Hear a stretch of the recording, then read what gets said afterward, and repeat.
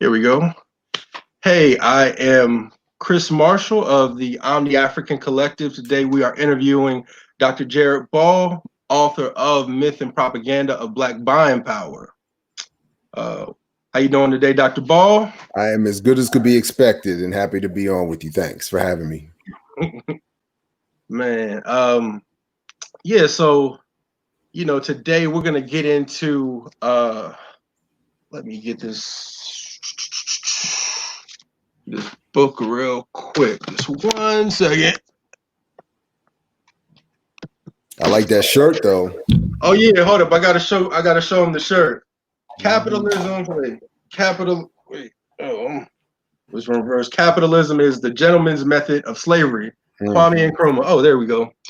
Okay, so yeah, I kind of wanted to start off with and kind of jump around because I know you've done like a million interviews, so I figure we can be a little bit creative, right? So, but not enough. Oh yeah, not nearly enough, and not on the big platforms that you deserve. On any, I don't care about big. On any, I think many more discussions need to be had. But no, I appreciate it, man. And I'm glad. I'm glad to have you. I'm the African Collective is glad to have you and all of your contributions, and we really appreciate it. No, likewise. Yeah. So, dang, here it goes. But yeah, I know people always typically ask about, how are we gonna move like economically, but on page 92 of Myth of Black Capitalism, right? William Harrison, director of Southwest Alabama Farmers Cooperative Association, right? He says if 50 black farmers pool their money for fertilizer, they can purchase it by carloads, distribute it among themselves, and knock out the middlemen, saving $50 each. So my question is, can we use cooperative economics to better utilize like our meager resources? So not necessarily to close the wealth gap, but can cooperative economics be something to where we can better utilize our resources across the board? I mean, well, yeah. I mean, I think I haven't read the entire book in a while, but I do remember that Ofari's book did not detail and cover the history of these kinds of efforts, and I'm almost certain that the conclusion of the story you referenced there is not a good one. No, especially when we're considering the condition of the entire African collective or the entire Black community. So, the short answer is always yes. I mean, any collective sharing of any resource will help any community to a certain extent. okay. Try to identify as part of or central to the mythology of buying power. It is that this is not a pathway to some actual revolutionary overthrow of our economic condition, which is often part of the argument. And that's all I'm trying to say. So I don't discourage any collective effort at all. I just discourage the claim that this is revolutionary activity. Oh yeah.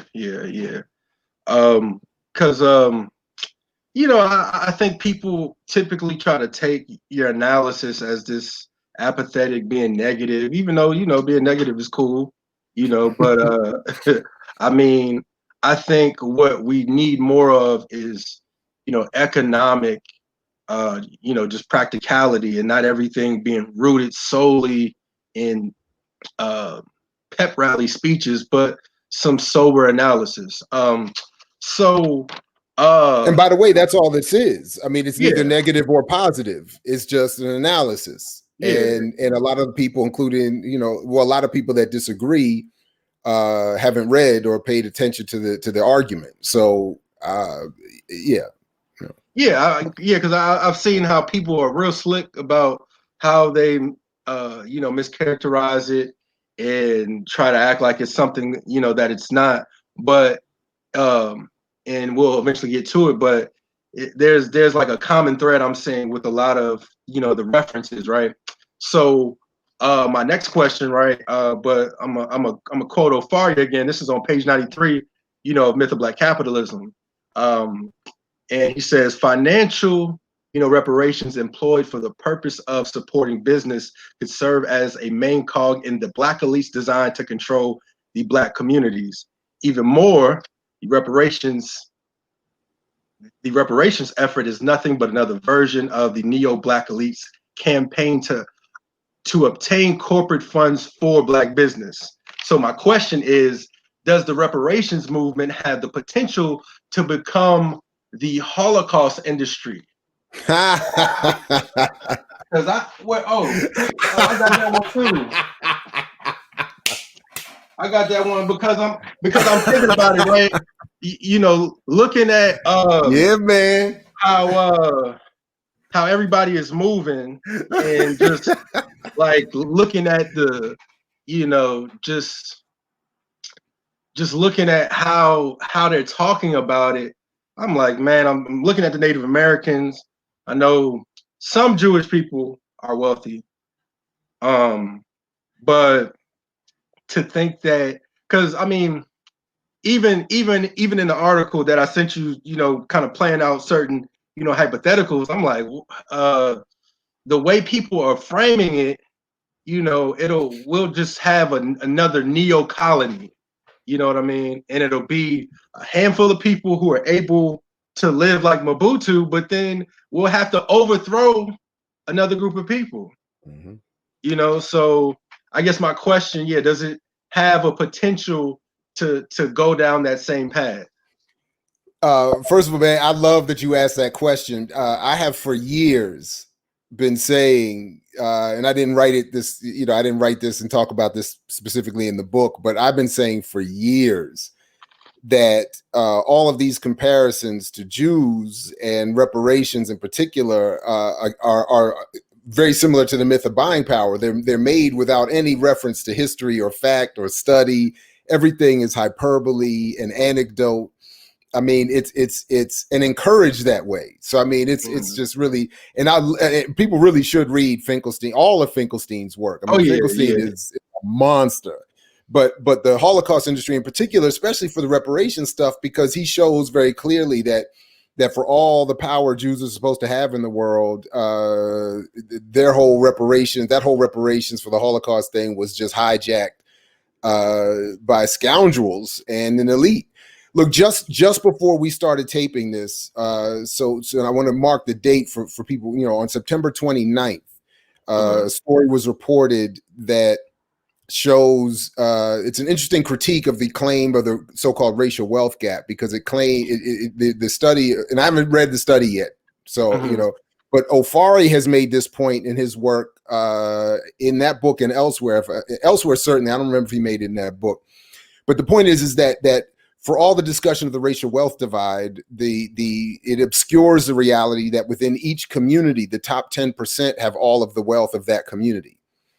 So in many ways, the class argument gets left out, even when we're talking about Black people. So that this claim for, and this is what Ofari was pointing to in some ways in his critique of Black capitalism, that Fraser critiquing in Black bourgeoisie, that there's a segment of the Black population that claiming Blackness in all of us runs off for a very business minded purpose to, as I think you use the word something similar to capture or to dominate or to conquer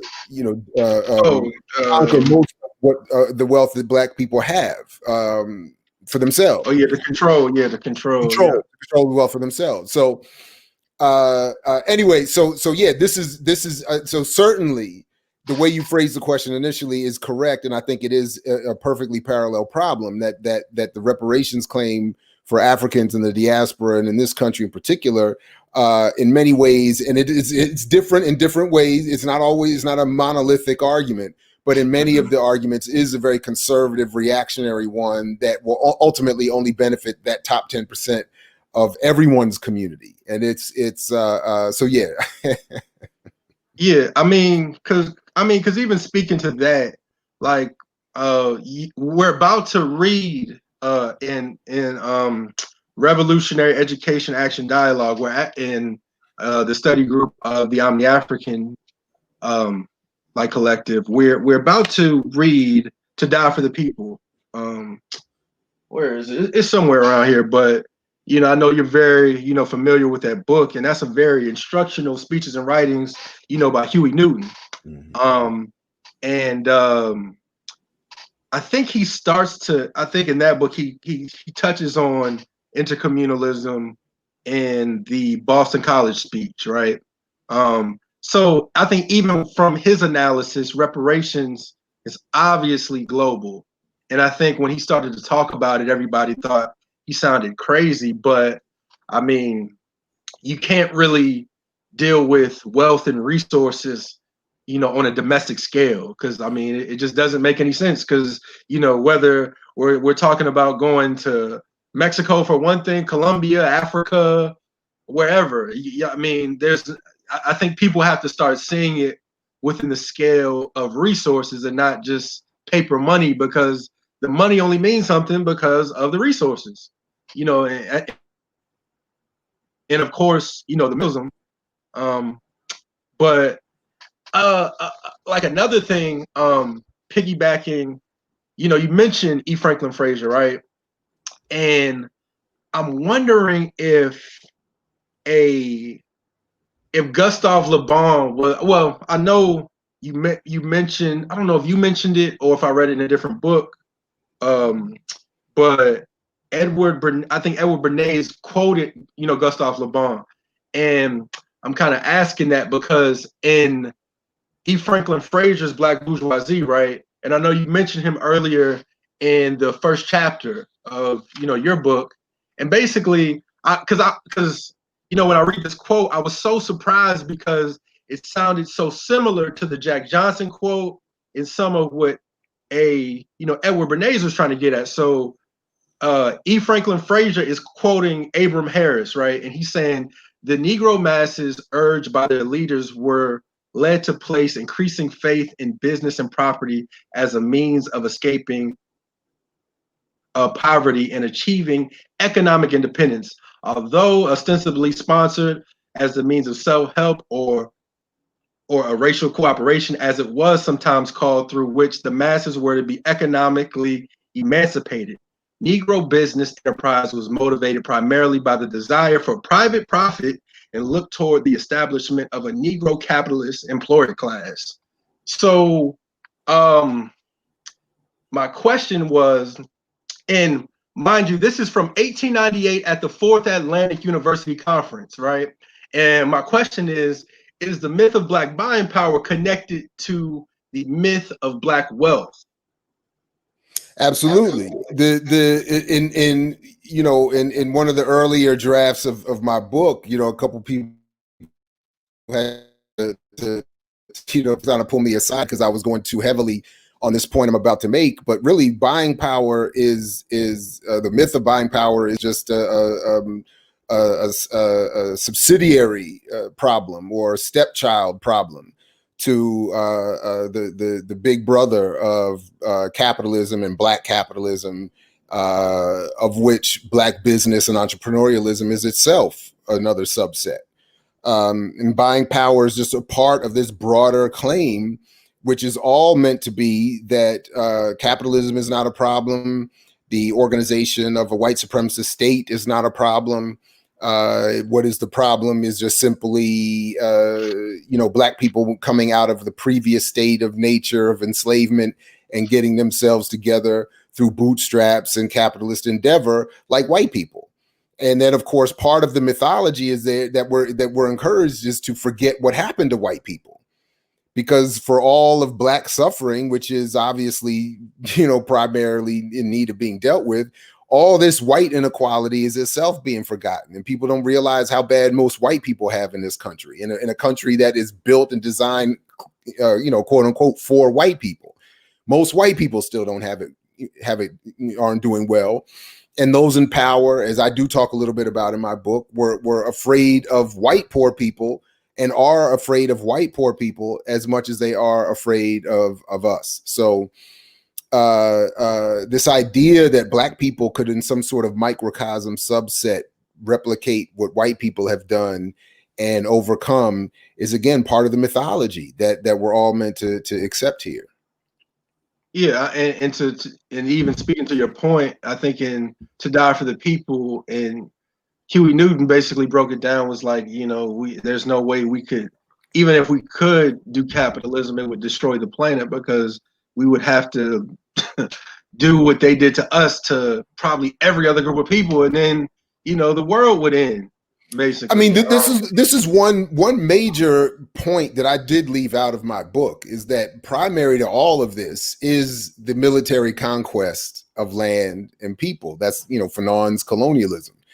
So if anybody wants to do what quote unquote white people have done, that is what they have to do first. There has to be a military subjugation of whoever's in power physically, and then engage in the psychic violence that Fanon and Amos Wilson and others have been talking about, to maintain power, or as Bernays would put it, to manage public opinion. So, if that's the mission that folks want to be on, okay, but man, that's not my mission. And I just want to be clear that when I'm saying, black freedom and liberation, that's not what I'm talking about. Yeah, I mean, it's kind of, because I guess one of my other questions is like, how do we get the research and the intellectual work to be in tune with the activism and organizing? Because I kind of feel like what people will do to you is try to say, well, you're armchair this, armchair that, it's all about getting out there and guessing and just doing whatever. But when you read COINTELPRO and then you look at Edward Bernays and you look at John Perkins and you look at the military industrial complex, you look at the media, it's like we didn't lose because of our cowardice or lack of willingness to fight, but we lost really in the classroom, in the study groups, when you think about it, because it's like we didn't prepare for Edward Bernays. We weren't prepared for J. Edgar Hoover. So it's like, how do we, I mean, and I guess it's what Huey Newton was talking about in terms of having the Black Panthers separate from the BLA, but it's just like, how do we get the scholarship to be in tune with what's happening on the ground, in the streets? Because like right now, I think there has to be a mutual respect for people who are dealing with the intellectual work and people who are willing to make that sacrifice, physically. Well, I mean, there's a lot to say to that, to try to answer that question, but because I think at least one of the problems is that one of the problems is we just don't have not enough people are paying attention or doing the research to study any of the things that they're talking about. So whether it's me as an individual or whether it's the struggle more broadly speaking, people aren't so for instance, there's academia is a lot more complicated than people might realize. So for instance, I was just personally, I was an activist before I was an academic. Many others like me are in the academy. And not all of us are the scholars that people see on TV. But if you're not in the academy, you might not know that. So, it's just like everything else. The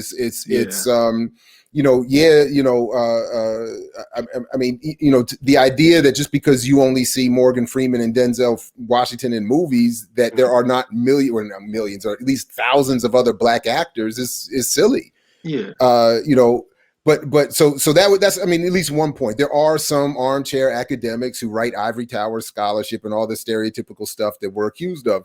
But there are many of us who do a lot of other work that's born out of real grassroots, intimate community building activist work that just got brought into the academy, which is what Black studies that I come out of with Africana studies. And the Black Studies movement was itself, as others have put it, the intellectual arm of the Black liberation struggle. So, in many ways, the connection is still there. The problem, to get to your point about Bernays, is that there has been a mediated experience, specifically a lot of the people in the streets who are either young, chronologically, or young in terms of experience as activists or studying the history of these movements that they're involved in. They don't maybe know of a lot of other activists or a lot of other academics who are not on TV and not on everybody's, Twitter feed. So on some level, we need people in the streets to, just like Huey and others did many years ago, say there has to be a study component on that end as well. And then, it can't just be, those of us in the streets don't have to study, and only those who are in the academic ivory towers have to learn everything about us and then, get it all right. It has to be, it has to go both ways. So that's part of it. The last part of it is, I started with, academically and practically with emancipatory journalism, which is a philosophy coined by Hemant Shaw that simply put argues that those engaged in anti-colonial struggle need to be producing their own journalism, and in this case, their own academic research. So, at least I personally, and I think there are many of us who don't get enough recognition for it, are operating with that ethic as we even enter the academy. And by the way, are punished for it. One of the reasons why we're not on TV or we're not in certain spaces is because we're being punished for it by our institutions and by the broader society that punishes that kind of logic and that kind of product. So, anyway, we all need to be more aware. People who are in universities obviously need to be studying the movements and engaged in those movements as emancipatory journalists and academics. And the people in the street need to be, just as Che and many others argued, while we're engaged even in guerrilla warfare, you got to be studying. You got to be getting your political education, your economics, your history, your philosophy. All of this stuff has to be studied. You can't just say, I'm from the hood, I'm from the street, I'm an activist, so I don't have to study. And you can't just say, I'm an armchair or I'm a scholar, so I don't have to be in the street. There has to be, anyway. What's it called? I think mainly I was just getting at how we just have to be more on the same page. It's not necessarily discrediting one or the other, but I think we could be more efficient collectively if we're working in unison. True. To where, we read the work and then the work influences the action. Because I see it in sports, right? Where you watch the film tape, people will watch like Kobe. Rest in peace to Kobe.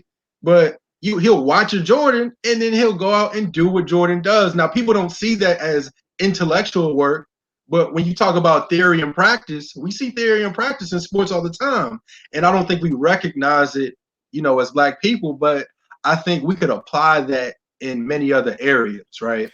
And if I could add to that, in a pro football, American pro football situation where you have the offensive or defensive coordinator up in the booth, that person is not hitting anybody or running after anybody. They're not doing the actual work, but they are contributing by providing analysis and study and the big picture overview and some of the history of what the opponent on the field might be doing or setting up to do to prepare the people on the field. So that's how I've always seen it. That when I've gone into the academy, I've seen myself more as trying to be like, an offensive or defensive coordinator, trying to get, my crew in position and prepared, because I can't get on the field anymore. Like there, for a variety of reasons, I can't be on the field anymore. There's certain limitations at certain points where you can't get on the field. You can't run the 4.40 anymore, and you can't bench press 400 pounds. So you got to find another way to contribute. And that's but I hear you though. But that's how it's supposed to be, right? So I became a part of a research team called the Kofi Pasa Research Team. Shout out to Kofi and them in the squad. And one of the things I think we were debating one time is that the initiation process, right? And I think I asked you this question on one of the Black Lash collectives, right? But we would argue that the initiation process has to be more of a lifelong thing, right? So to develop people in each stage of their lives, right? So, even let's say to even become a Daruba, which is a high standard, right? Daruba in a lot of ways, uh, whether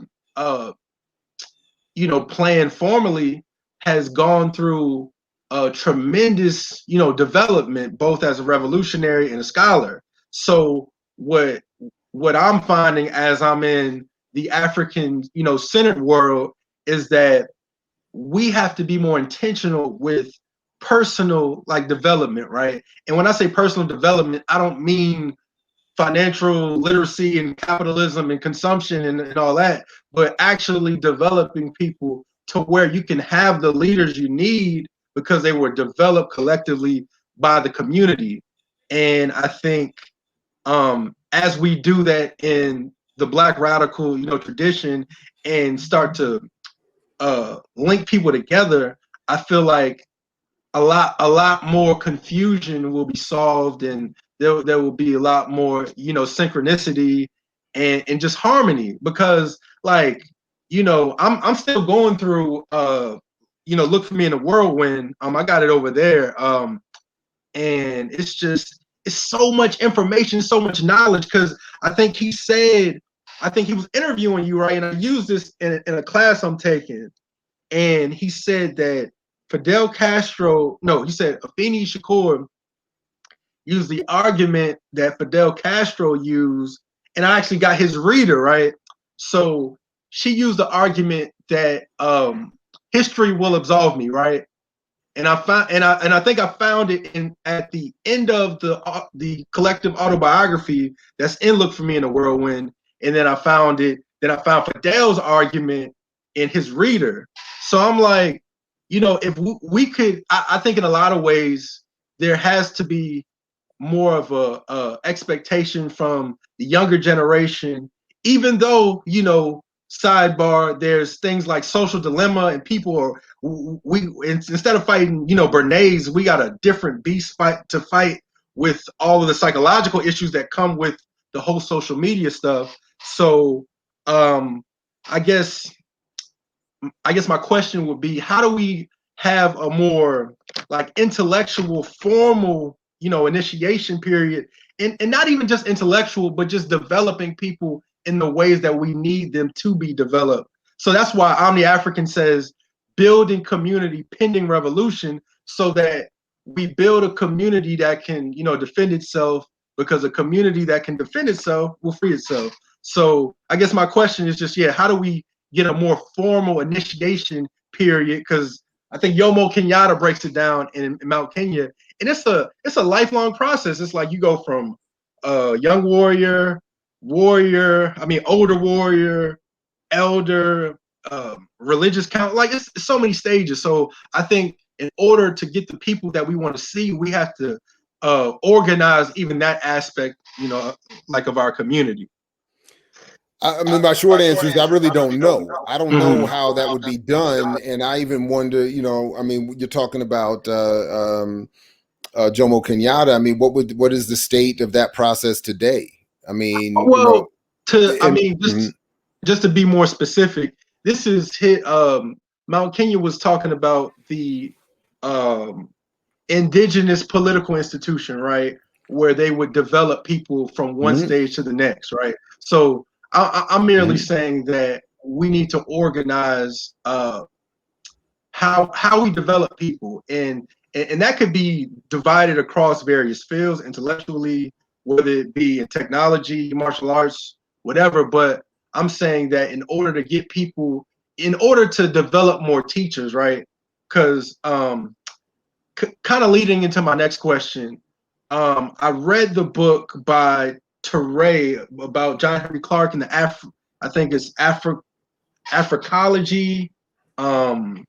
And John Henry Clark and the Power of Africana History, right? And it talks about your dissertation, because I guess my other question would be, how do we develop the quality scholars of your era and the eras before? Like how do we develop those type of scholars? Because I guess I'm starting to see, just from researching, I'm starting to see a crazy fall off, because it's like I hear a lot of people, they'll say a lot of words and remember words, but when they're like trying to teach people, it's just not, it's not making any sense, because they obviously haven't done the work that you and Dr. Burroughs have done. And then reading what John Henry Clark was doing, oh my goodness, like how how do we even get at least in the region, I mean, of developing those types of scholars?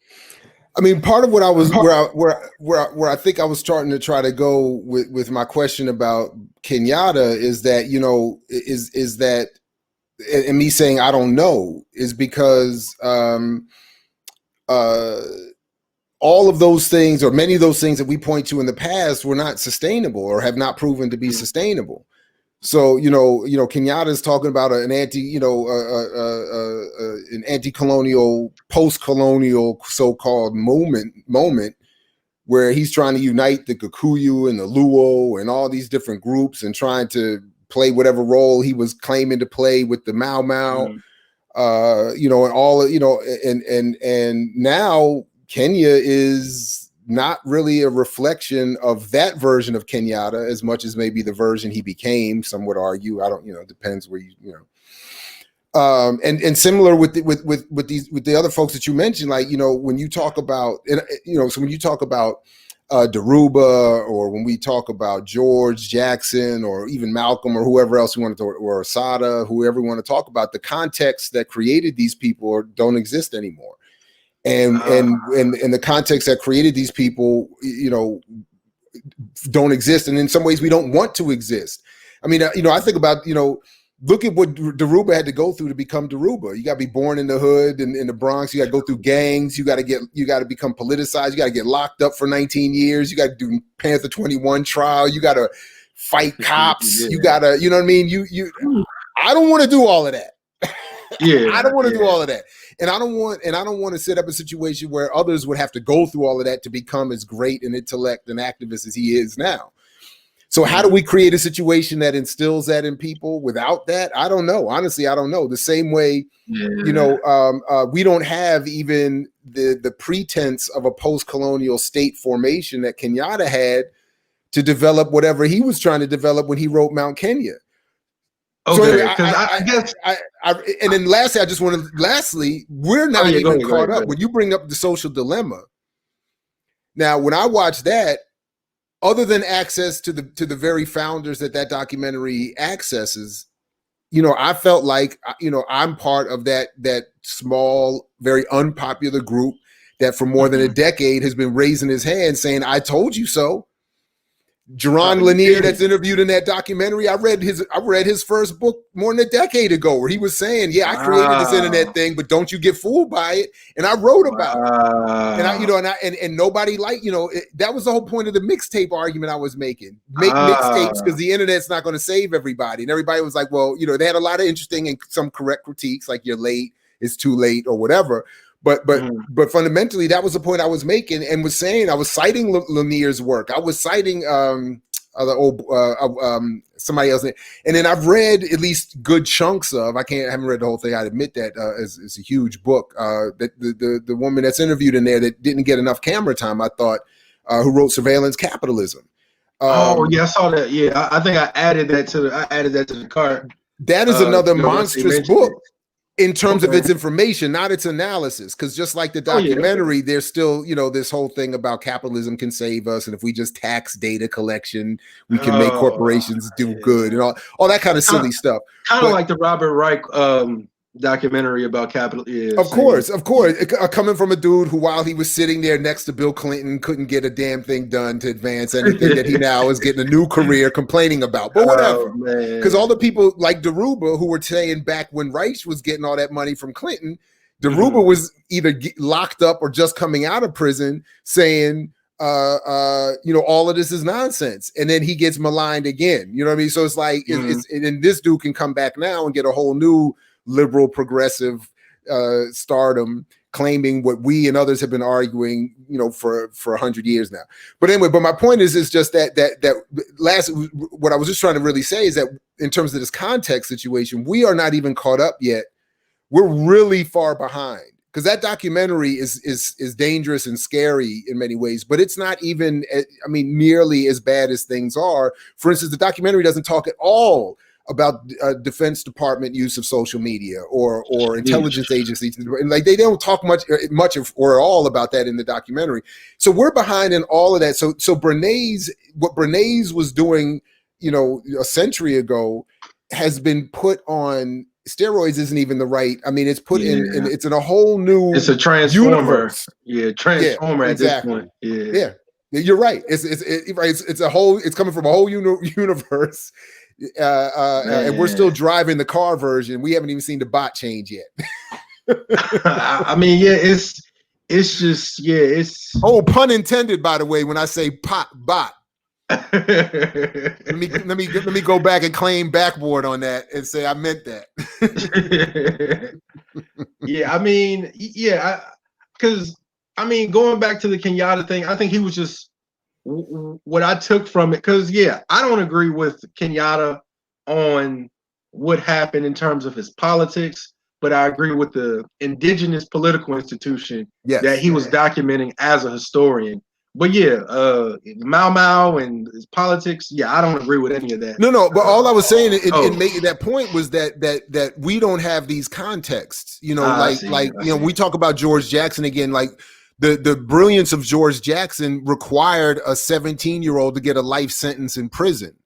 And to be in prison while this movement was kicking off and while the Panthers were kicking off, like that all plays a part. So now and one of the things that where I try not to go too far, because it can be a little pessimistic for me at least, is that this moment that should be creating thousands of Georges and Asadas is, I think, being met with a Bernaysian level of propaganda that's weakening that potential. And I think that's one of the reasons why, when you talk about that gap generationally in production of academics that you see, maybe that could be part of that same process. I mean, the system is adjusting itself, and in some ways even welcoming quote unquote radicalism into certain spaces so it can crush it in others. And I don't know, the way I'm looking at it now, I've been trying to quickly summarize it by saying we live in a moment now where all the problems, unlike before, can now be discussed. But the sophisticated trick is how those problems are being discussed and presented to us. So that's why we can see The Social Network on Netflix raising really dangerous questions. But in a context that's not going to lead us to the answers that would really be threatening to those who've created this problem. So the same thing, whether it's the reprojection back to us of our rebellion against George Floyd and police violence and all that, is in many ways coming back to us in a way that is meant to weaken the revolutionary potential in these not yet quite movements yet. So that's where I get a little worried that where the conditions are obviously here for revolutionary development of, at least of analysis, but it's coming with a weaponized propaganda and a weaponized sophisticated delivery and an ability to, because one of the things that they didn't really talk a lot about in that documentary is the ability, for instance, if you or I, never mind the intentional directed targeted use, can simply suppress the views of those tweets, regardless of the amount of followers we have, and can project tweets to others regardless of how many or few followers they have. In other words, YouTube and Facebook do the same thing. They can suppress certain forms of communication and popularize others. So other than face-to-face organization, I don't really, which is the old method, I don't really, but that is being targeted and attacked in new ways as well. It definitely is. It definitely is. Because on page this is one of the key questions I wanted to get to. On page 30 in your book, you said Bernays understood the power of a public opinion, and that it should be those who made him rich for promotion, theirs who should wield such power. He also understood the need to forget emotion, to target emotion, not logic, to get the best results. The creation of the creation the creation of citizen of consumers required his post World War II work of conceptually collapsing into one capitalism, um, capitalism like hyphen democracy. Once capitalism as an idea was wedded forever, once capitalism as an idea was wedded forever to capitalism as an idea. Oh man, I wrote okay.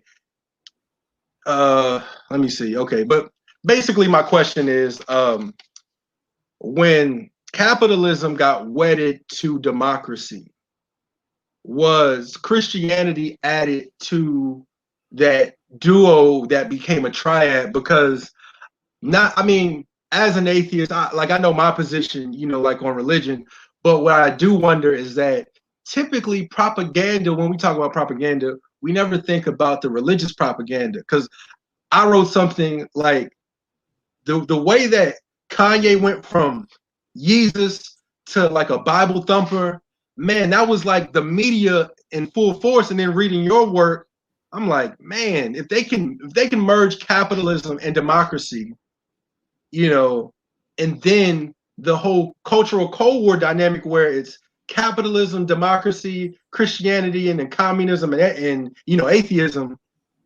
I just wonder, like, when we deal with Christianity, has Christianity been added to the merging of concepts? Because typically Christianity, democracy, capitalism are all seen as one, meaning in terms of merging, the meanings. I mean, the short answer, the short answer is yes. And then there was, of course, the specific addition of "In God We Trust" or "Under God" to the Pledge of Allegiance, which was specifically done to play a part in disassociating communism from God. So the idea in that was to get every kid to say the Pledge of Allegiance, and without really knowing it, being convincing themselves or being convinced that belief in God is part of a capitalist endeavor. And then capitalism, of course, and specific to buying power, shopping is meant to be a way of making yourself feel better and look better and access society's benefits and all of that. It's, part of that, again, targeting of emotion, be a good patriot and go shopping. In fact, people might remember shortly after 9/11, when George Bush went on TV and literally told everybody, go shopping and go on vacation so the terrorists don't win, but what he was really doing was in another sort of pre kind of COVID moment, he was saying, the economy, meaning rich people, are suffering because people are staying home because they're scared to go to movies and go on vacation. So he did his public service to capital and said, get out there and go spend money and be a good American. And this was something that had been, Bernays and others have been working on for a long time. And of course, going back to Dr. Clark, who said that all religions are male chauvinist murder cults and the handmaidens of conquerors. Christianity was an imperial propaganda tool long before Bernays and propaganda was developed. Yeah, man.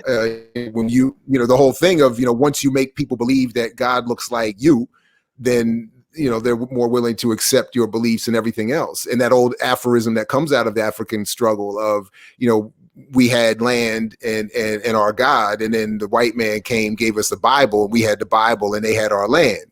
I mean, so this whole thing of it goes hand in hand, absolutely. But by now today, certainly people think that their Christian or even other religious duty is to go shopping and be a good Christian, Muslim, Jew, whoever, Buddhist even, some of them are guilty too. They fake it a fun too, like be a good whatever by consuming. And that's because, I think we mentioned, did you mention science of coercion before we went? Yeah. I think I mentioned it before we went live. Yeah. Well, the reason I bring it up now is because, I couldn't get into it as much in this book in mine as I would like, but I really, every interview I give or discussion I have about, I want to, especially in our communities, I want to impress this point that we really don't fully appreciate how much money and resource and effort and study has gone into learning how to manipulate all of us. I mean, this is not, this is not the white man is smarter, the white man is Oh better. This yeah, is it's nah. that with clear colonial directed effort that this has been done, because they understand that so much exploitation is going to drive so much rebelliousness. So the only surviving, the only survival, the only chance for survival they have is to manipulate us psychologically and through public opinion as much as they can, and they're doing it increasingly so, to our detriment, for sure. Yeah, I mean, and my next question, building off, because I think at the end of 31, you said shopping meant being free, and being free meant shopping. And I mean, how do we even combat something like that? Like, man, I mean, I that's mean, just well, this is, to be fair, this is the one part where I felt most sympathy for those who were interviewed in The Social Dilemma. Because at the end of the documentary, after explaining how bad it is and really not even, telling us how bad it really is, they're asked, what are we supposed to do about it? And really all they can come up with is, something soft, like, turn off your notifications and don't use social media so much, and get rid of your accounts and stuff like that. But most of them were really kind of pessimistic. Like, I don't think there's anything we can do. And my response in some ways is at least equally soft. In terms of what we're capable of doing or what we can do. So this is why I keep saying the only answers will come from offline organized group effort.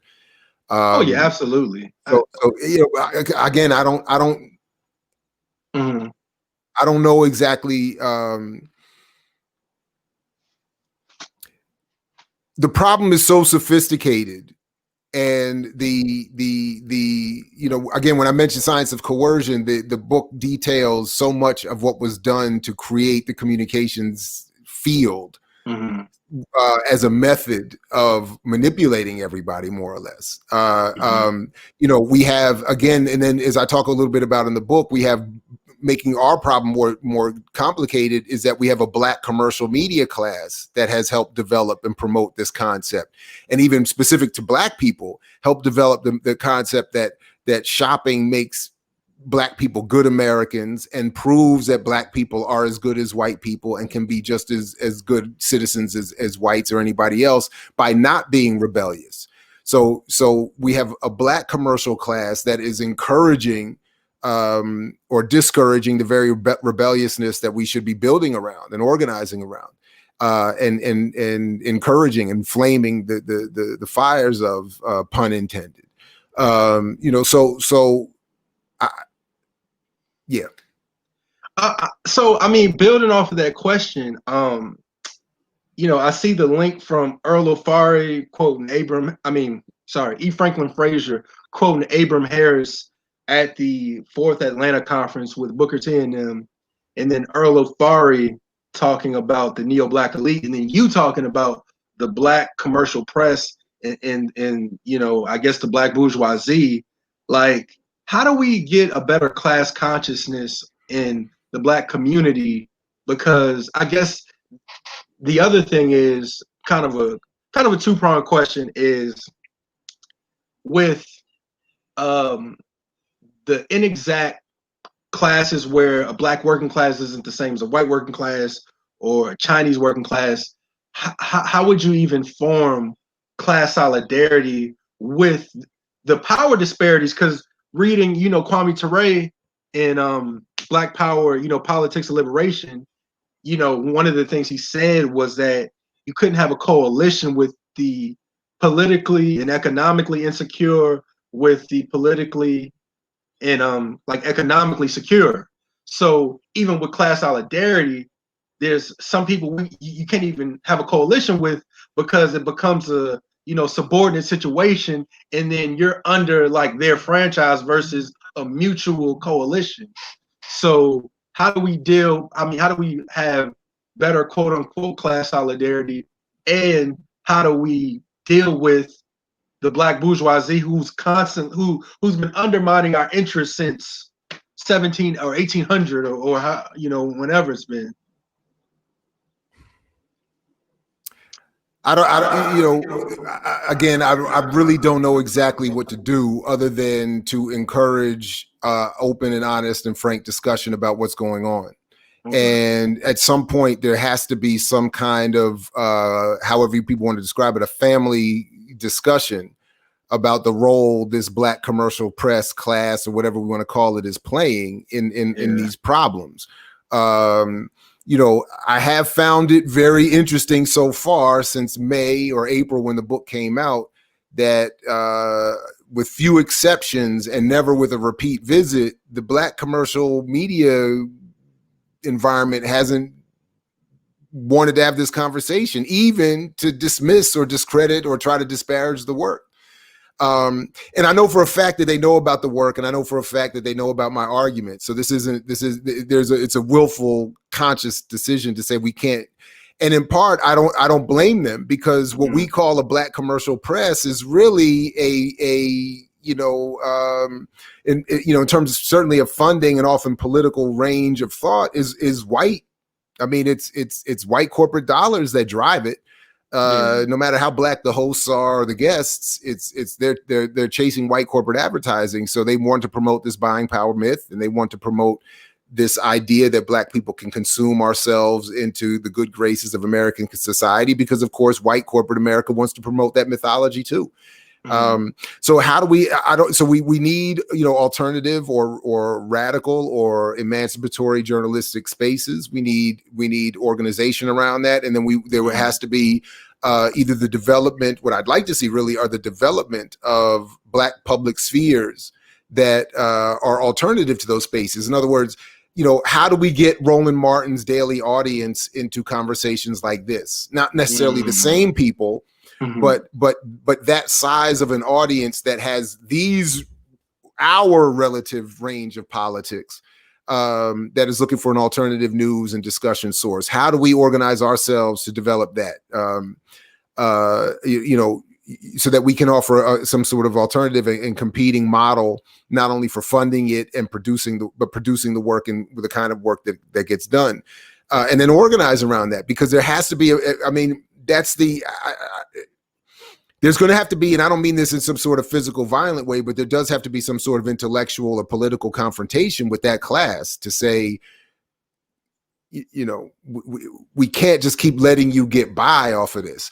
By the way, there's one piece of this. I'll stop here with this. It occurred to me, and I didn't do this for the book, but it occurred to me that we may need to look at to what extent this is already happening unconsciously, in the sense that to what extent, for instance, to the extent that, whatever our generational differences are, to what extent is your generation paying attention to this, what I would call the traditional black commercial press at all?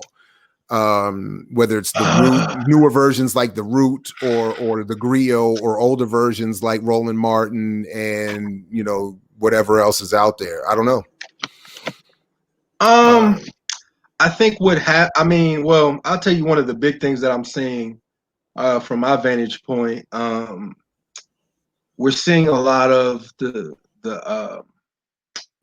I guess the gender wars with the I guess since Dr. Curry's work came up, and a lot of newer black feminist works that have come about.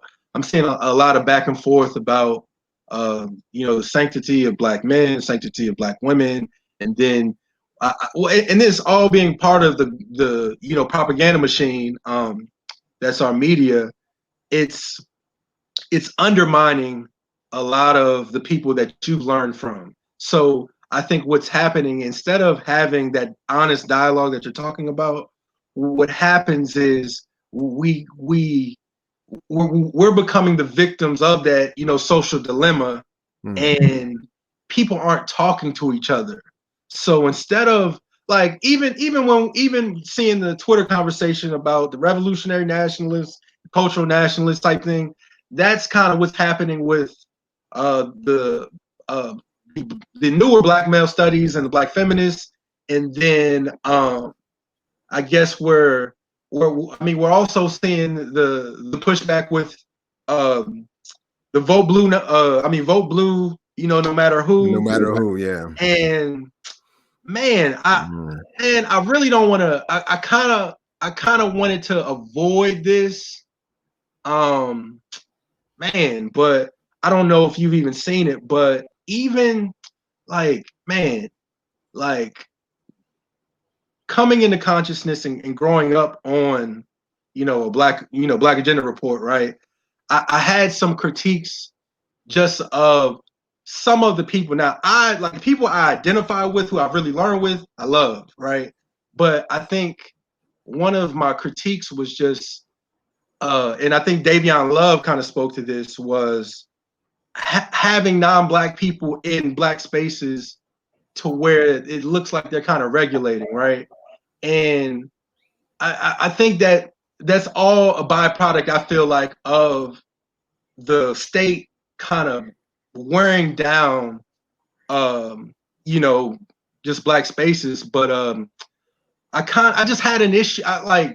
It's not that, because a lot of people will accuse me of a revenge nationalism, but what I understand is that in order to have a Black Panther Party, you gotta be able. Black people have to develop their own organizations to have something you can even be in solidarity with. So one of the things I'm noticing a pattern is just like a codependency of a lot of Black people. When they don't want to build with their community, they'll just go off and join a multiracial coalition. And it's just like, man, like, it's not that I'm trying to like tell people how they got to do stuff, but I'm like, if you want your people to be what you want them to be, you got to invest some effort, some time, and develop them. So, I mean, going back to just the whole Black commercial press, uh, it's almost like with the younger people, it's like they're talking at us, but there's no real dialogue. There's no real, like, okay, instead of doing it like this, just do it like this. So when you do it like this, instead of everything falling apart, you'll be able to maintain that momentum. But it's just like, I'm even learning, like, instead of, don't just kind of talk at people and be on this high horse, but really talk and listen to folks, right? And I just feel like too much, especially when we get around election season, like, people get into this, like, this is how it is. And then they start bringing up their resume. And by the time somebody starts bringing up their resume, I'm like, man, it's no one is listening. Then it becomes, a pissing contest. And I guess just from my vantage point, it's there's not enough dialogue and teaching, and there's too much um, talking down and talking at, and I just kind of feel like there just has to be more serious conversations, and there has to be, like, I'm finding, as we've done the study group, you can expect more of our people and more of younger people. And I just think they just need people to believe in them, right?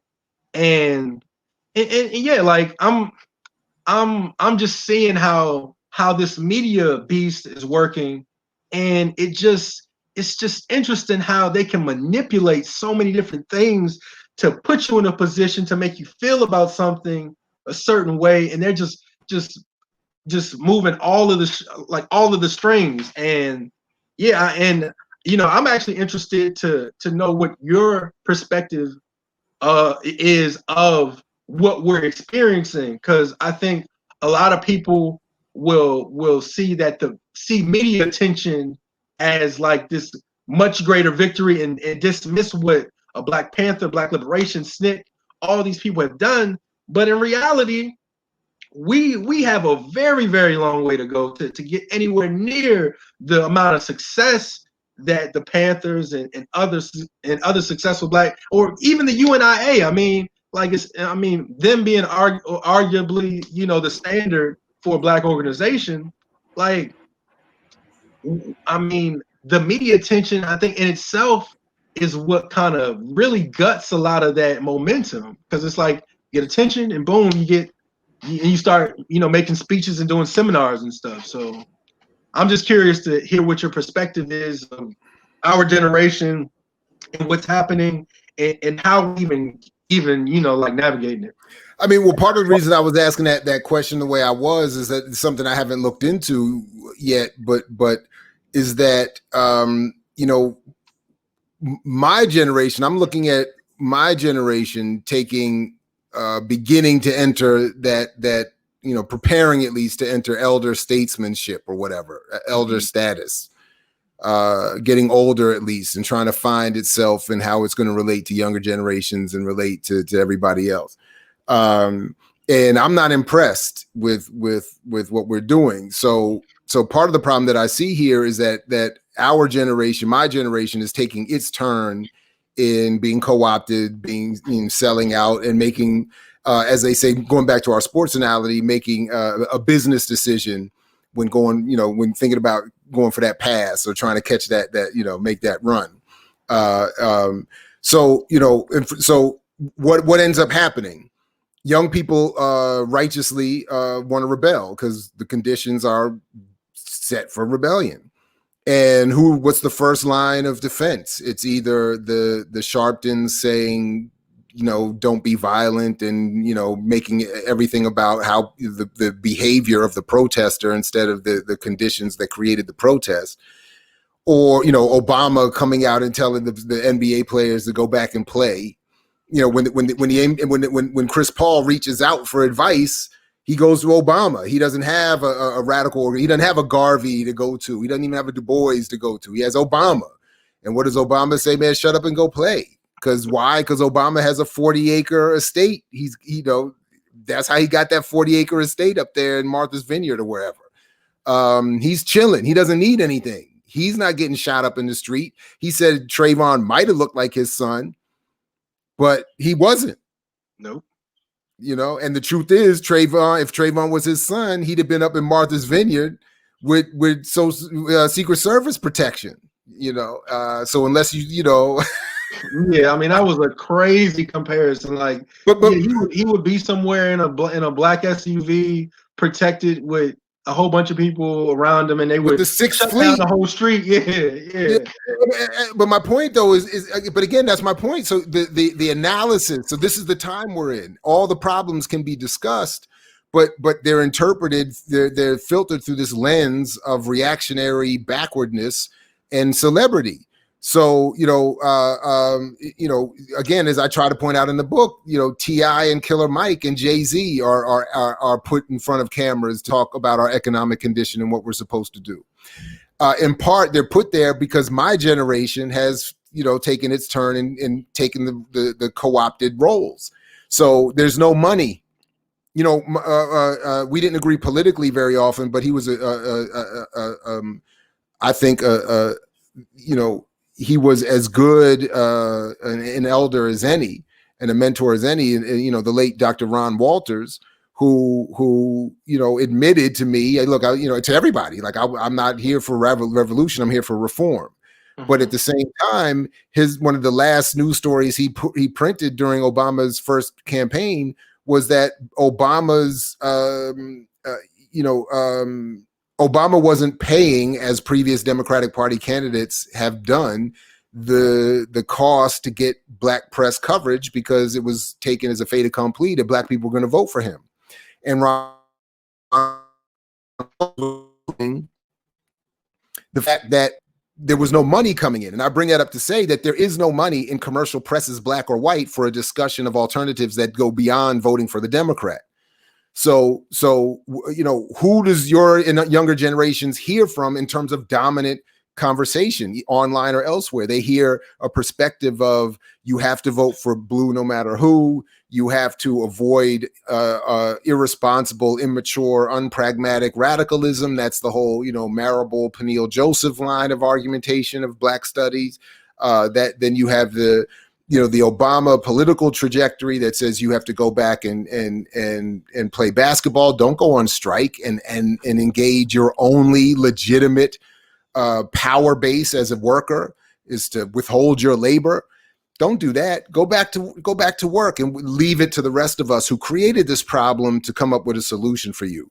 That's where that's why I keep saying my generation and I personally had tried to do this and failed in this effort to galvanize a core of us who had claimed a certain radical politics to say we need to unify and create a media base or a media hub to magnify and create magnify a different message and create a new public sphere. Because to the extent even that there are these kinds of good conversations happening, they're happening in too many different disparate places with too small pockets of that are not organized and collectively put together. So then Roland Martin, all due respect to him, in whatever his politics, he can come out and do one YouTube daily show and capture the consciousness of so many more in our communities that we then have to struggle against whenever they hear whatever version we're coming up with. And that goes back to the problem that we were talking about just a few minutes ago, where somehow that's going to have to be dealt with in a way that, obviously we would hope would be as I mean, it don't have to be dealt with how Mao dealt with stuff. I okay. think, people love to bring up Mao, but like when you really start getting into his work, man, I'm like, man, I guess they didn't go past that red book, because I'm like, man, and the other stuff, he was really going in. I mean, and I think there's a lot of stuff like even when people say y'all got to be like the Chinese, well, I'm like, we really Which want to be like Chinese, we got to go in the mountains. But again, that's the point. Like, we keep being said, we have to make comparisons as Black Americans to all these other groups. We don't have a state, a huge country state formation to which we can go, and fall back into. We don't have, we don't have access to capital the way certain European Jews or East Asians have when they come here. We don't have that, in part because we don't have public policy. We don't have organized, state formations backing us. We don't have a lot of different things that these other groups have, and yet people keep trying to tell us we got to do what they did. And then to your point, we're not necessarily willing to do what they did, even if we did. I mean, that was sort of my point about Dhoruba and George Jackson. Who really wants to go through all of that to get to that point? And then, by the way, in terms of the propaganda, even my children have visits to their schools sponsored by the state to have the anti-Mao version of China's history propagated to them through these stories of, I forgot the name of that book that I even had to read when I was their age. In other words, the even that history of Mao is so, even without us knowing it, is so aggressively propagated against, so that even if someone of your or a younger generation says, I'm going to do what the Panthers did and pick up Mao's red book, they will have to have gone through a deconstruction of these book lists and readings and visits that they've had to get from this anti-Mao anti-communist Chinese representative sponsored by the U.S. State Department. I mean, it's man, it is. It's crazy. It's so wild. One of the things I'm starting to see, and I want to make sure I phrase this right, but one of the things I picked up, so I'm in a research course, right? And I'm learning about the various research paradigms and methods, right? And when I learned about, say, the interpretive paradigm and how Hegel kind of formed it on subjectivity, what I'm starting to see is that they're trying to conflate intersectionality and feminism with Black revolutionary politics. And it's not to say that people's identities and gender and sexuality aren't important, but I think what they're doing intentionally is conflating those different conversations and making you affirming your identity revolutionary in itself. And I think that's becoming a serious problem, because even on Twitter, like when people see me and thinking I'm being petty, like if you're gonna like even the Schomburg Center, they put up something talking about Black revolutionary book list, and it's Bell Hooks, Angela Davis, and R.G. Lord. It's not to say just throw people away, but I'm like, It's Schomburg. Where is John Henry Clark? Where is John G. Jackson? Where is Where's Arturo even Schomburg?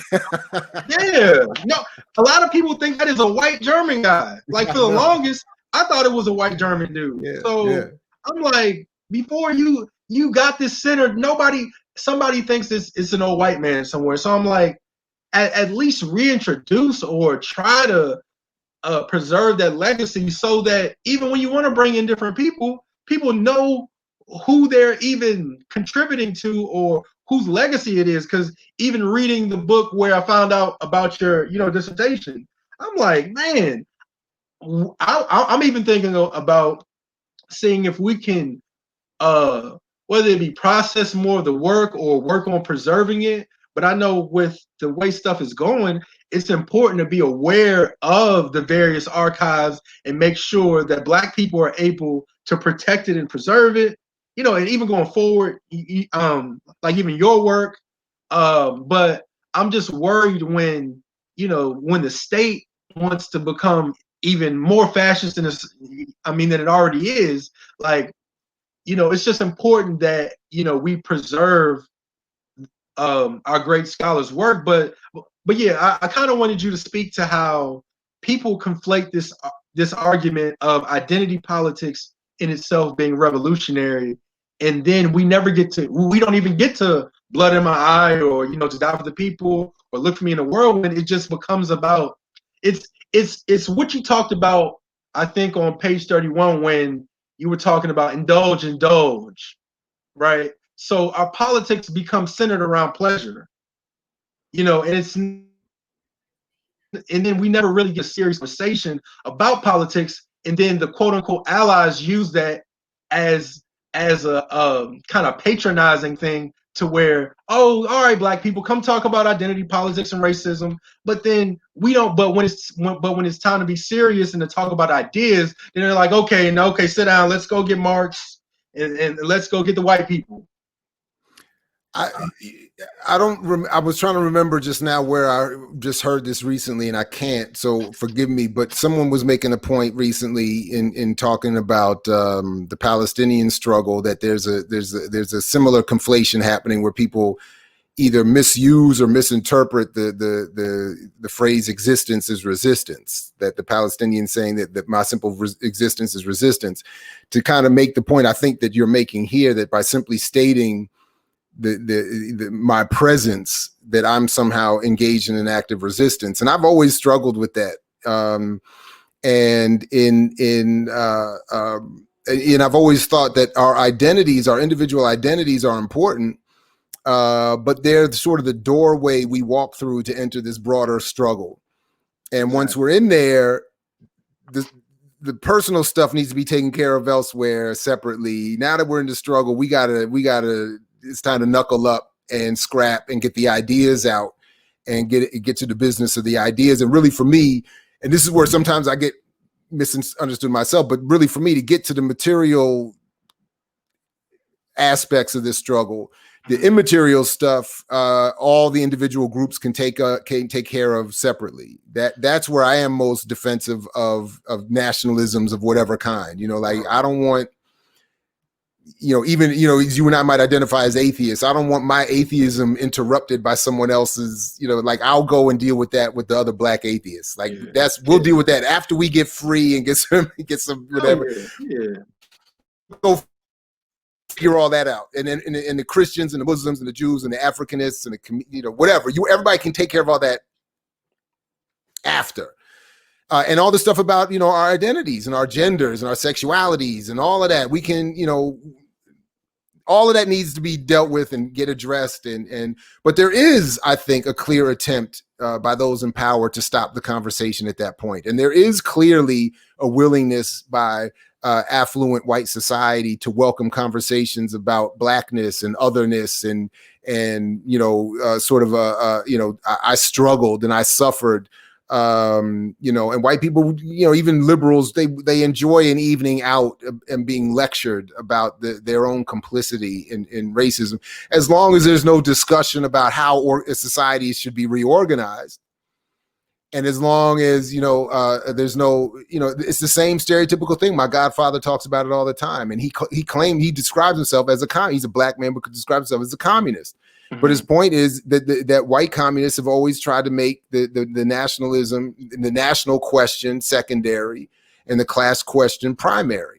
And that's why they'll always tell black people and everybody else, go do your nationalism, be your nationalist and all of that, while we're over here handling the class question, which we think is really primary. And, that's always, another level of the contradiction in this struggle.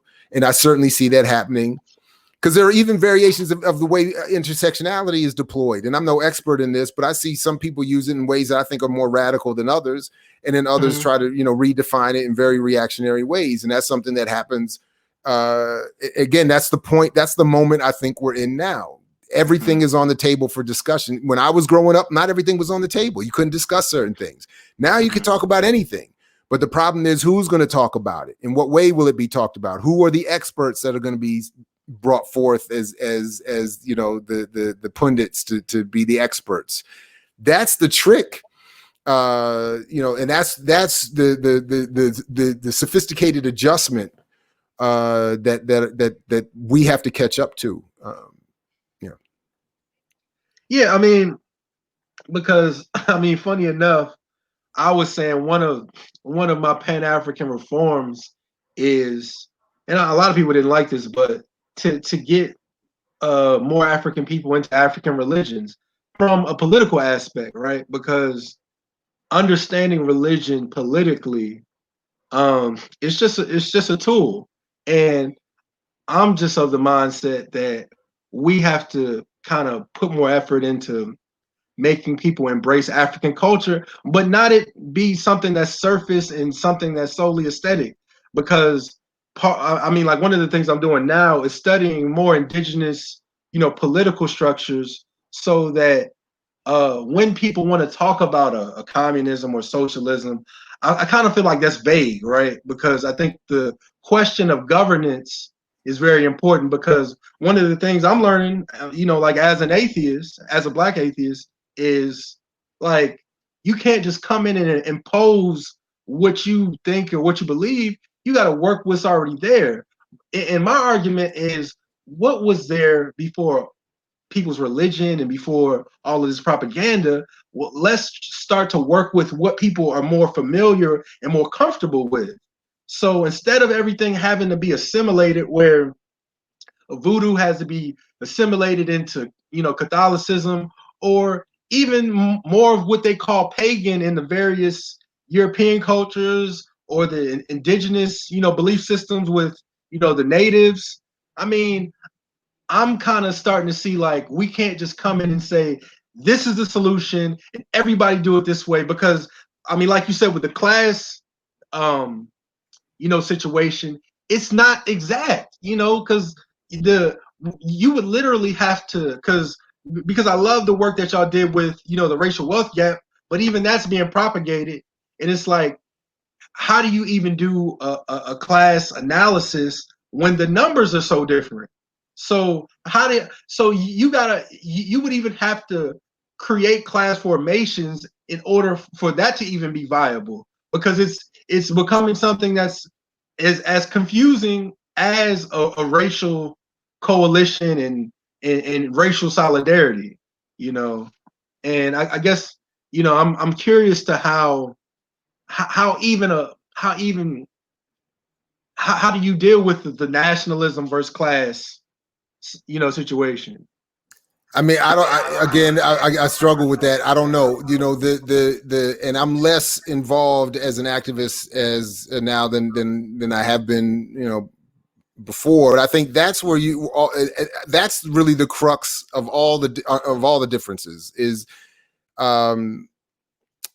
there is a preference and a bias and an ideology and a worldview, and then there is putting that into action, trying to organize movements that achieve political power, which complicates things. So when you talk about the nationalism, cultural nationalism thing, for instance, one of my closest friends and comrades is the most African-centered cat you could ever imagine. Mm-hmm. But S.E. Ramu looks at things a little bit differently than, one of the reasons why we vibe so well is that he looks at things, I think, differently than many, particularly unstudied African-centered thinkers do, by recognizing the warrior and material traditions within those traditions. So, for instance, he talks about, and I learned this through him, he talks, we all learn about Ma'at and the vague concept of commission or Kemetic truth, symbolized by a woman who balances the scales that Christians stole that whole judgment concept from. Mm-hmm.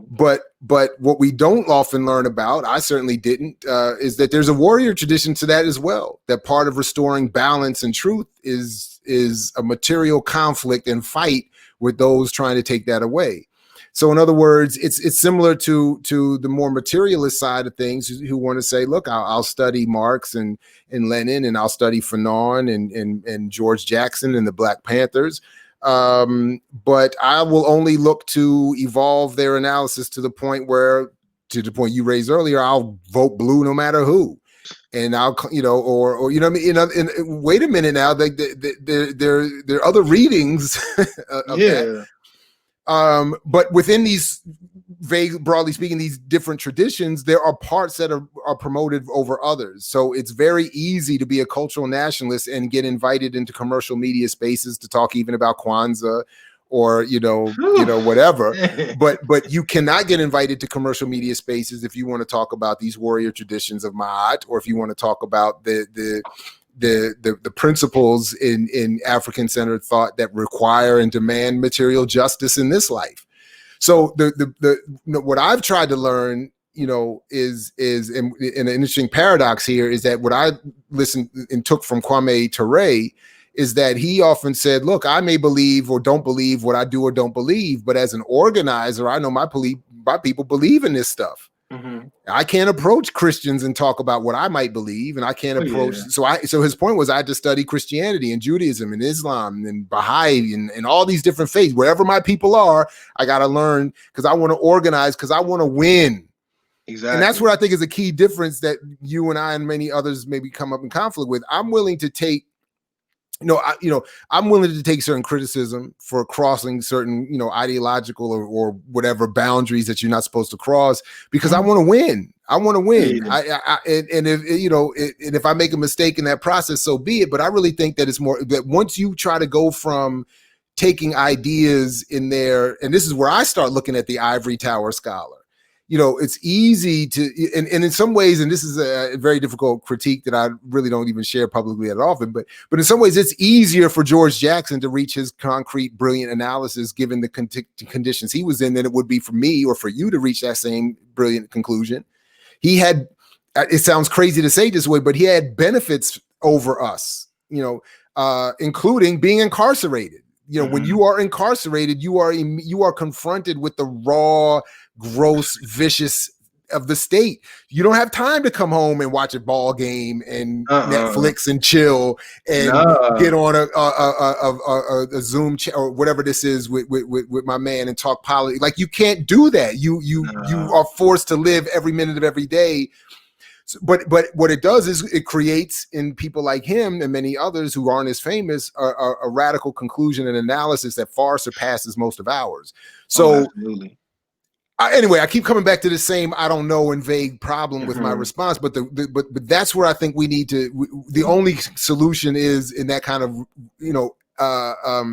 grassroots, organized, offline effort, and with people saying, I want to go from believing certain things to trying to apply them in movement building, not organization, not even organization, not trying to build just my organization or my little collective, but movement building, which means I got to work with some other people. I got to work with, I don't agree with her and she doesn't like me and I don't like him. At certain points we have to be able to, I don't know. And that's the only way I think we can deal with it. And then honestly, I think people need to be willing to look at the contradictions in their own preferences. So I may have that materialist preference over some African-centered thought, but there's a lot of problems with that. And like my man S.E. Ramu does, he prefers the African-centered perspective, but he first of all, he's willing to study it and read it, but then and then also practice it, but then also look at its contradictions and its own shortcomings, and especially in the way it's propagated and organized around. So yeah, because I mean, propaganda doesn't leave anything off the table. So you got to combat Bernays all said of that. Bernays yeah. was very clear in his own work. You must propagate in every kernel of society, from the boardroom to the classroom to the advertising to the religious, to everything must speak to. So that's why when people like Fanon would say, colonially speaking, there is no unconscious racism. You know, when Gramsci and them would look at the actual architecture of colonialism, they're pointing out, like, this is in everything: the buildings, the street signs, the billboards, the commercials, the I mean, movies the we like, the the Rhodes Rhodes Scholarship, Scholarship, the funding, the invitations to be on certain platforms. All of this is part of the propagated process, the propaganda process. And that's why when we watch The Social Dilemma, even the people who created this social network environment didn't even understand what they were doing and didn't even understand the consequences of their actions, because they themselves were unaware of the context that they were involved in, even as they were creating all of the algorithms that manipulate us and do all these things. They didn't even know, you know, and I believe them. I at least believe them when they sat on camera and were like, man, I thought the like button was going to bring, you know, decency into the world and love and joy. I believe that dude meant that. I believe he thought that was going to happen, but I could have told him that's not what's going to happen. I mean, yeah, I mean, stuff evolved so fast. Like, yeah, even like, so like part of the reason why I agree with and intercommunalism is reading Kwame Nkrumah's, Revolutionary Handbook, because what they're saying is the same thing. And even in Huey Newton's Reader, he was like, I don't agree with Pan-Africanism because of cultural nationalism, which speaks to your point. They were all actively dealing with this evolving monster. And I think when we read these books again, we have to understand the context in which what they were saying. Like for example, I know a lot of people are going to be triggered by this, but like Huey Newton called Kwame Ture a fascist. But then from what I've read so far, I think that happened because Huey Newton, I think, thought Kwame Ture was dealing with Karenga. But then it goes to your point of having to work with people you don't necessarily like, and then people being in two different spaces, which that in itself is something that has to be actively worked out. But then when you look at when they were supposed to merge the Black Panther Party with SNCC, boom, COINTELPRO again. They create something else, and I mean, look mean, at how easy. I can't prove this, and I'm not even going to mention anything in specifically, but I have no proof for this. But just speculatively speaking, look at this moment now, how easy it would be to drop certain hashtags on people and create all kinds of confusion. I mean, it would, if I wanted to do that and had the apparatus, the bot structure, the Operation Sock Puppet structure that the intelligence community has, at their disposal, and the endless amounts of resources to because people keep forgetting. It was reported several years ago, for all this discussion of Russiagate, it was reported that the NSA developed technology that allows people to hack from anywhere in the world and make it look like the hack is coming from anywhere in the world was stolen. It was reported stolen years before all this latest stuff about Putin comes out and Trump and all this stuff in Russiagate. So, I mean, look, Julian Assange, the founder of WikiLeaks, said something in a documentary I saw the other day that I can't shake. And I admit not paying enough attention to his struggle, in part because of my racial bias, to be honest. And that's a mistake, because what's happening to Assange is some deep, spooky. But look what he said, though. He said no ideology is of value anymore because none of us know what's going on. And if you don't know what's going on, you can't apply any ideological position to a non-fact. And his point was, our reality is so manipulated right now, and that's why he was doing WikiLeaks and trying to expose all this stuff, because everything that's being said is probably a lie, and we don't know anything about anything. So we may be certain forms of nationalists, someone else may not be a certain form of nationalist. All of us are ultimately wrong at this point, because we're not even. A, we don't know what's going on, and B, to your other point, we're not operating on the same group set of information. So even if we're all right or all wrong, we're operating on different sets of information, and we're not communicating, all while being attacked by the most powerful state in human history, as was Terray and Newton. So as we certainly look back on what they were dealing with, and I think Terray was pretty clear at the end of his life, getting to live longer than Huey got to. He was very clear, and I thought very, very honest and balanced in his recitations of those histories, and saying, look, man, we were all making mistakes and trying to figure this thing out, while again being attacked by this vicious animal that's promoting, all forms of propaganda, is promoting people to speak for them. It's promoting all kinds of viciousness. And then if we just take that and update it, 30 years after, about 30 years after Terray's death or assassination, however you want to look at it, look at this media environment. Look what could be done. I mean, pick a hashtag. I mean, how easy would it be to create that? Pick a trending topic. All of these algorithms are easily manipulated. Read, my dear sister's Sophia Umoja's work, The Algorithms of Oppression, which is I gotta cop that too. And then when you see that, you see, well, how the hell was she not in that Netflix documentary? Well, maybe this is why, because she's raising other sets of questions that they don't want to deal with. But more or less saying something along the lines that we're saying here. All of what the algorithms that bring us our online experience are being manipulated by, as they said in that document, 6 white men or 50 white men with enormous bank accounts and reach.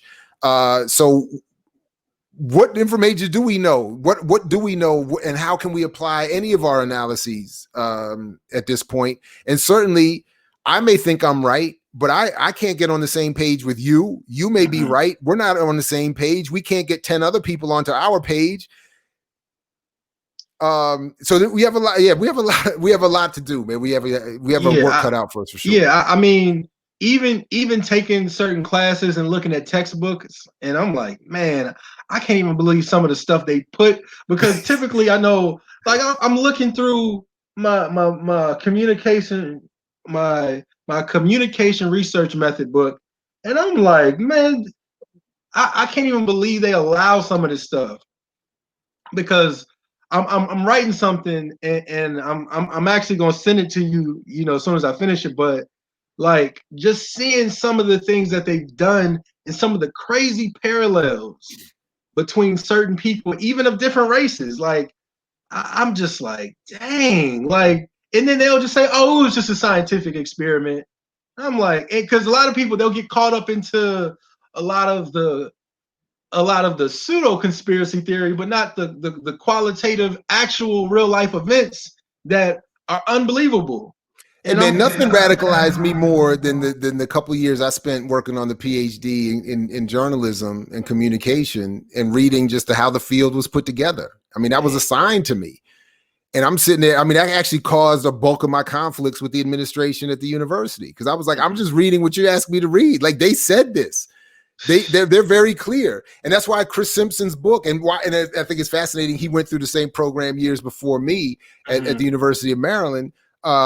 His book, The Science of Coercion, again, is, I think, one of the best, if not the best, that I've ever seen in outlining this history and detailing, what was the point of all the research. And again, they want to win. So the political and economic and racist elite of this country had been saying for 100+ years now, we have to study how do we make poor white boys in Nebraska go to World War I? Like, how do you do that?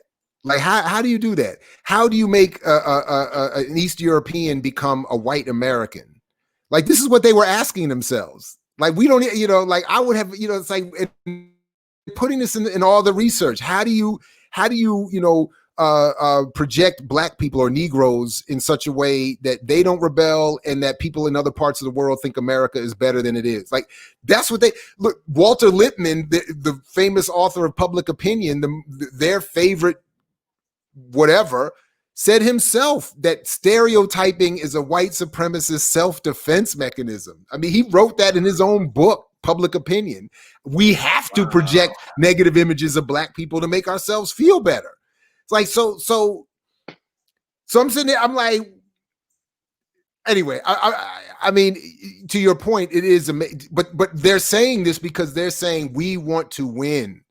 So if we have to say something ugly, or we have to say something more honest than we would like, or if we have to outline our manipulative strategies, or if we have to, so be it. But and then, by the way, they will incorporate all of the research that even people like me and you will create in the process of chasing these degrees that get housed in private for-profit warehouses that they read. We don't read it. First of all, our community can't legally access that research and can't afford it if they can. They're not at the university with those passwords and all of that. And that's why the white boy Aaron Swartz was driven by the federal government to kill himself, because he was he exposed the whole JSTOR academic intellectual conspiracy that said, oh my goodness, how is it? Oh man, the fact that you like, I mean, you probably picked up on it, but working at a black bookstore in Chicago prior to the whole COVID thing, right?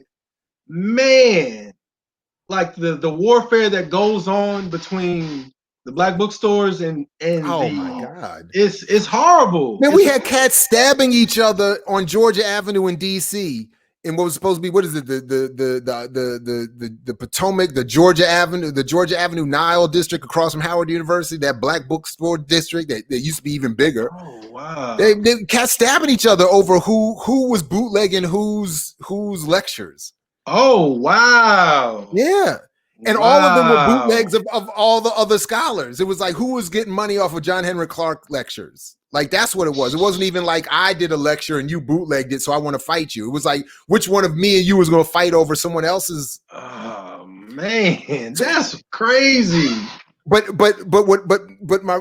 anyway, but the point that I'm getting at, though, similarly, is that broadly speaking, when Aaron Swartz exposes this JSTOR thing and is saying, look, I'm going to hack and make all of this research available to the world for free, he was driven to suicide by the federal government for saying, we're going to punish you forever, because they're saying we're in other, what my interpretation of what was done, not what is not necessarily theirs, but was that what he was doing was he was challenging this structure, this colonial structure that says we are going to extract all of the wisdom and knowledge from people that we can, even from people studying their own communities, because they're going to give us all the insight. I mean, anthropology and psychology and philosophy are fields that were set up to study the colonized. There used to be arguments. Now it's not the same, but there used to be arguments over why doesn't anthropology study other Europeans? Because we didn't develop it to study white people. We developed it to study the people we're conquering. Other people, Finch and them and Clark and them used to talk about how Napoleon didn't just travel to Africa with guns. He traveled with his anthropologists and his botanists, and he wanted to study everything, to learn about these people he was conquering. That's how power lasts. And that's what we are, even as academics, even as so-called radical academics. Like some of, one of the few, I haven't produced many, but some of the few academic articles that I produced, I think at least one or two of them are pretty good and pretty radical. The people I would want to read it can't read it, not legally. I see. They don't, because they're not at a university. They don't have a JSTOR account. They're not going to. They're not going to spend. Now I'm starting to understand. It's all kind of coming together. But I have to publish it to get a job or to keep a job. So the apparatus is so beautifully and look. I see it all the time because in others, you and others see it all the time because we're engaged in the academic environment. Or so much. I can't read it all, but I see a lot of what's being produced. I see so much being produced by brilliant, radical people talking about all kinds of stuff. I can't read it all, but I know those in power, either they or their minions are reading it and assessing it and borrowing from it and building strategies from it. That's the whole point. And that's what communication studies as a field was even itself specifically designed to do. How do we study people to manipulate them? That's why Bernays took Freud's, social psychology, mass psychology work and applied it to advertising.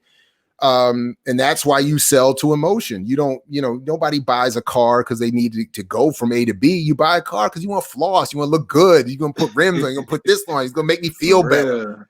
And that's why we have buyer's remorse, because as soon as we walk out of the mall, we're like, damn, this isn't really going to make me feel better. Is it really going to make me feel better? Is that $100 tennis shoe or $200 tennis shoes really going to make me feel better? Maybe, not really. But that's why, but again, you're not buying tennis shoes because you need to walk or play a game. You're buying them because it's going to make you jump higher or run faster or look better or floss more or be more attractive. It's genius. And then nowadays, the level of sophistication with which we are studied and monitored and surveilled, and all of our deepest, innermost thoughts are exposed, and every click and every keystroke, we're like just emptying ourselves and allowing for, and then the intellectual production that explains all of that. They're like, oh man, Jared wrote a really nice article. That's what the colonial media. Well, this is how we can tweak it and maybe, do it even better now. Man, because you know what? I found out that it took Shekhar Diop's it took him 20 years to get his PhD finally published. But it's like, when you just brought up that point, I'm thinking like, man, what if they were just sitting there reading it, like, how can we use this? And then another thing, right? We just wrote Menticide, right? And in the underground Black radical scholarship, which I'll call, right? Man, I lost my first copy and couldn't find it on the internet. Somebody just sent me the first copy I had, which is a little bit better edited. But man, even Dr. Bobby Wright, when you try to get some of his work, when you try to find his dissertation, like one of the craziest things, and this is how I know how pervasive this stuff is. You have Chancellor Williams, his what's it called, Destruction, Black Civilization. If you go to like page 309 and you read the Menticide article, there's like a whole portion they deleted where he was going in and he basically said that, white people are your eternal bitter enemy, eternal foe, implacable enemy, something like that. I can go back to the quote, but yeah, I used to reference it all the time because he said something like, we don't look at history in broad enough segments. We look at it in too narrow segments, so we don't see the broader patterns of history, which would show that the white community or white people are the permanent enemy or something like that of Black people. Yeah. And then he basically said, these are not the words of a raging, militant, but thousands of years of historical evidence. Right. And I'm paraphrasing. Yeah. So I'm just like, they deleted a portion out of Chancellor Williams' books. And I'm like, I mean, out of his book. And I'm like, dang, like, I was just blown away because I was sitting there going over it for like an hour. And I'm like, wait, I'm going to the chapter. And then I'm like, whoa, they deleted. It's literally a page where it might be 2 or 3 lines, and they deleted this whole portion. So and this is why it's important for the various generations to communicate, because it's highly likely that the book that you read and the book that I'm reading aren't going to be the same book, because of, if they can edit it or if they can get away with it, you'll look up and say, because, for example, we were reading Malcolm X's final speeches. The craziest thing, there's a complete different printing, right, with a different font, and then there's portions of it that don't line up. Oh, but see, first of all, well, let me just say this, because, and I'm unfortunately gonna have to wrap up here because I gotta yeah, just have to move on, unfortunately. But let me just make this quick point that there's a lot of controversy over those Malcolm X speeches, in part because, for a long time, George Brightman and Pathfinder Press and the white socialists had a lot of control over the publication of those speeches and the popularization of those speeches. So some, I don't remember the details, but some have pointed to, at times, there's an attempt to emphasize Malcolm's affinity for socialism as part of the so that might be part of why you see some of that happening with his speeches. But my real point is that this is why I think, as I've been trying to say, organized study and political movement building is essential, because it's in this kind of collective study group work that you're doing and political organizing work that all of this can be discovered and made valuable.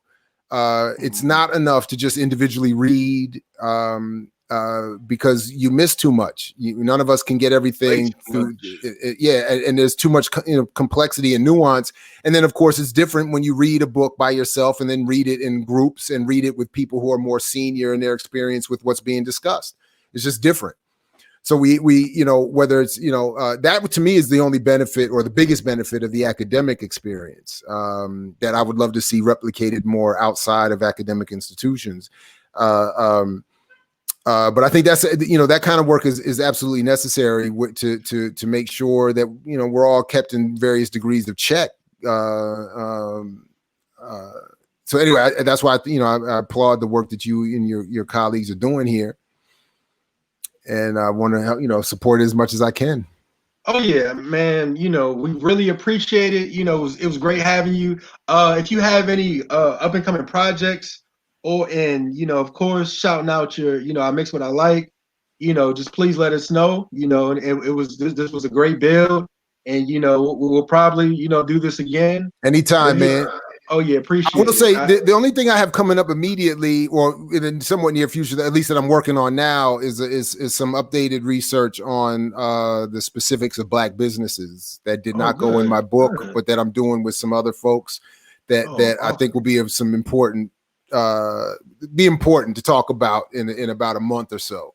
But other than that, I appreciate what you all are doing, and folks can of course check us out at imixwhatilike.org, and we'll keep on going, man. And thank you very much. All right, thank you. This is Omni African Collective. I'm Chris Marshall.